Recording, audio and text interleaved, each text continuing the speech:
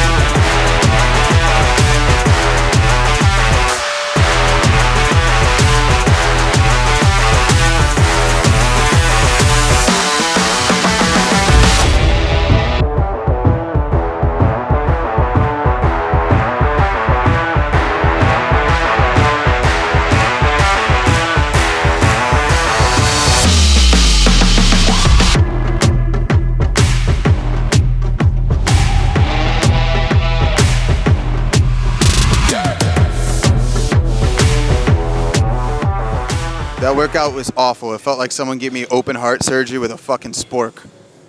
Terrible. Awful. Lasted like 3 hours. Me and John are pooped. So, that being said, we better improve or I'm never training again. Anyways, if you want to sign up for coaching, to be coached by us, go to thpstrength.com and use code 10%, THP for 10% off your first month. If not, you don't support starving children. Any news you'd like to share? Any news? Any news? Any nudes? News. Oh, I have some nudes. I don't have any news. Do you have any news? I'm really tired today, so I don't feel funny. I would say How were the squats? squats were good. That was my first time squatting in like a month. It was all right. How were they for me? Awful. John was crying a bit. You little beep beep beep beep, little beep beep beep beep beep beep. And bye.